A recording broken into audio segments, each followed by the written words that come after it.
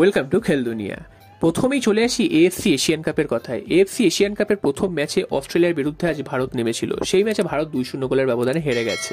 2-0 গোলের ব্যবধানে হেরে যাওয়ার থেকেও সব থেকে বড় ব্যাপার যেটা হচ্ছে ভারতের আজকের লড়াই। যেই লড়াইটা কিন্তু অবশ্যই প্রশংসাযোগ্য, কারণ ভারত আজকে যাদের বিরুদ্ধে নেমেছিল তারা এই মুহূর্তে ফিফা র্যাঙ্কিংয়ে 25 নম্বর, ভারত সেখানে 102 নম্বর। তো সেখানে ভারতের লড়াইটা যে করতে পারবে এতটা, সেটা কিন্তু অনেকেই ভাবেনি। হয়তো ভেবেছিল ভারত 4-5-6 গোলে হারবে, সেটা কিন্তু হয়নি। প্রথম 45 মিনিট ভারত অসম্ভব সুন্দর ডিফেন্স করেছে এবং এক সময় কিন্তু কাউন্টার অ্যাটাকেও গেছে, যেখান থেকে ভারত গোলও পেতে পারতো। সুনীল ছেত্রী একটা সুবর্ণ সুযোগ পেয়েছিল, সেই সুযোগটা যদি সুনীল ছেত্রী কাজে লাগাতে পারতো ভারত কিন্তু এগিয়েও যেতে পারতো, তবে সেটা হয়নি। অস্ট্রেলিয়াও যথেষ্ট অ্যাটাক করেছে, তবে সেই অ্যাটাকগুলোকে রুখে দিয়েছে ভারতীয় ডিফেন্স। স্পেশালি বলতে হয় সন্দেশ সিংগান এবং দীপক টাঙ্গরির কথায়, অসাধারণ ফুটবল খেলেছেন তারা।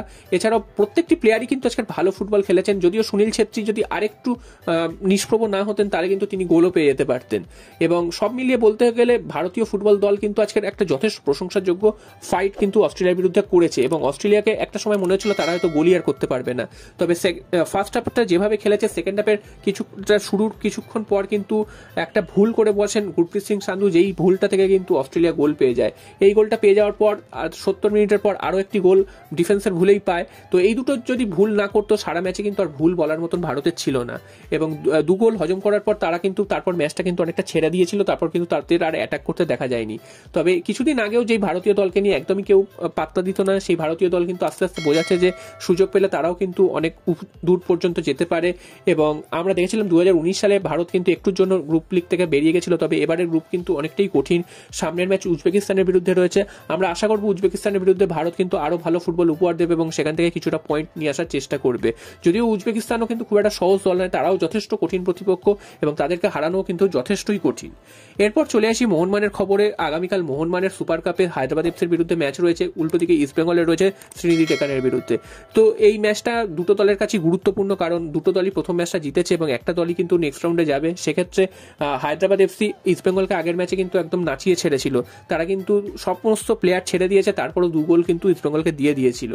তাই জন্য মোহনবাগানের জন্য কাজটা একেবারেই সহজ হবে না। উল্টো দিকে মোহনবাগানের কিন্তু অনেক প্লেয়ার নেই, তোমরা জানো, সেই তারপরে ওই নেইয়ের মধ্যেও কিন্তু মোহনবাগানকে জিততে হবে।